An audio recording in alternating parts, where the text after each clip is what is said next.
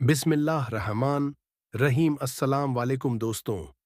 आज हम आपको अल्लाह के प्यारे नबी हज़रत मोहम्मद सल्लल्लाहु ताला अलैहि वसल्लम का बचपन से लेकर जवानी तक का पूरा वाक़या सुनाएंगे, जिसको सुनकर आपका ईमान ताज़ा हो जाएगा।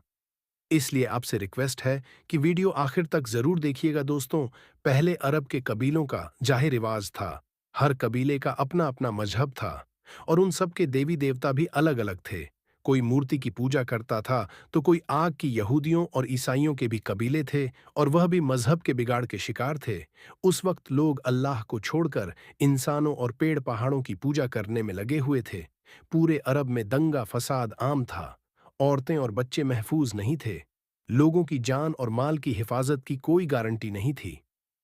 इस अंधेरे दौर से दुनिया को बाहर निकालने के लिए अल्लाह ने हजरत मोहम्मद सल्लल्लाहु ताला अलैहि वसल्लम को अपना पैगंबर बनाकर इस दुनिया में भेजा दोस्तों।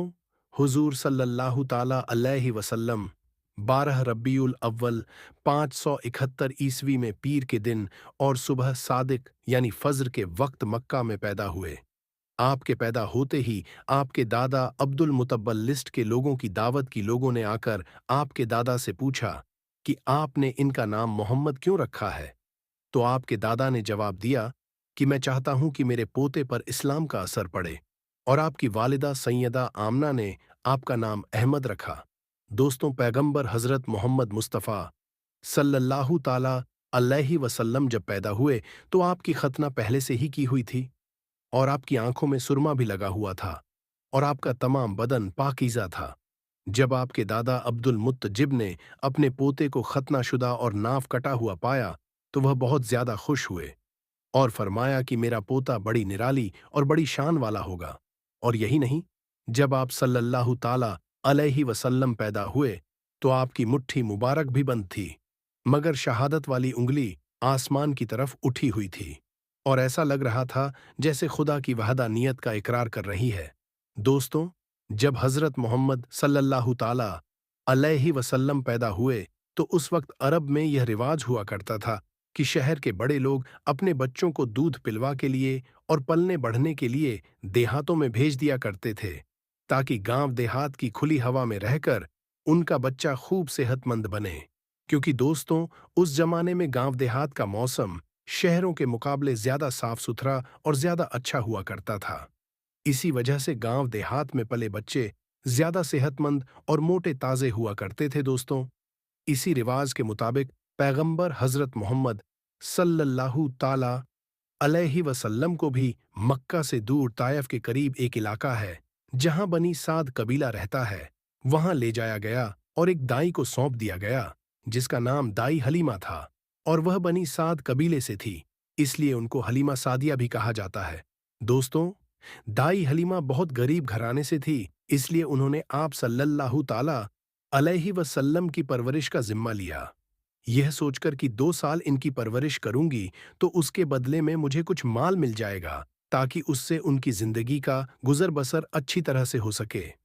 दोस्तों, जैसे ही हजरत आमना ने अपने प्यारे बेटे हजरत मोहम्मद सल्लल्लाहु ताला अलैहि वसल्लम को दाई हलीमा के हवाले किया और जूं ही दाई हलीमा ने आप सल्लल्लाहु ताला अलैहि वसल्लम को अपनी गोद में उठाया तो उसी वक्त से दाई हलीमा की जिंदगी में रहमत और बरकत होनी शुरू हो गई।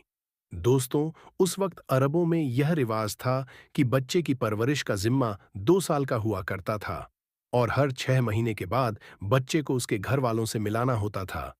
इसी रिवाज के मुताबिक दाई हलीमा भी 6 महीने के बाद पैगंबर हजरत मोहम्मद सल्लल्लाहु ताला अलैहि वसल्लम को उनकी मां से मिलाने के लिए मक्का पहुंची। उनके साथ उनका शौहर हारिस और उनका एक छोटा बच्चा भी था जो उनकी गोद में था। वो बच्चा भूख से रो रहा था क्योंकि हलीमा बहुत कमजोर थी और खाने पीने की कमी भी थी। इस वजह से दाई हलीमा दूध नहीं पिला पा रही थी। लेकिन जैसे ही उन्होंने अल्लाह के पैगंबर हजरत मोहम्मद सल्लल्लाहु ताला अलैहि वसल्लम को अपनी गोद में उठाया और उनको दूध पिलाना शुरू किया तो पैगंबर हजरत मोहम्मद सल्लल्लाहु ताला अलैहि वसल्लम ने खूब सैर होकर दूध पिया। और आप सल्लल्लाहु ताला अलैहि वसल्लम के दूध पी लेने के बाद दाई हलीमा ने अपने मासूम बच्चे को भी खूब दूध पिलाया।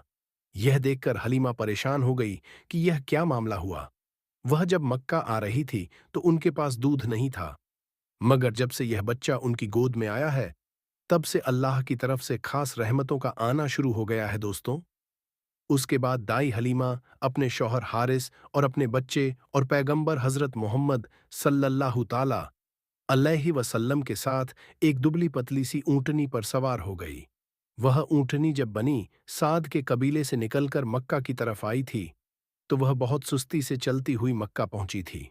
लेकिन अब मामला यह हुआ कि दाई हलीमा की ऊंटनी सबसे आगे चल रही थी। दाई हलीमा की सहेलियों ने अपनी आंखों से देखा कि दाई हलीमा की यह वही ऊंटनी थी जो मक्का में बड़ी सुस्ती से आई थी।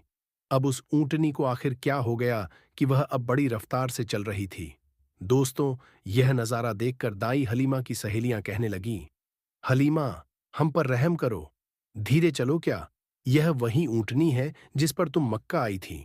तो यह सुनकर दाई हलीमा कहने लगी कि जब जब से यह बच्चा मेरी गोद में आया है, तब से मालूम नहीं, अजीब अजीब से वाक़ये मेरे साथ होने लगे हैं दोस्तों।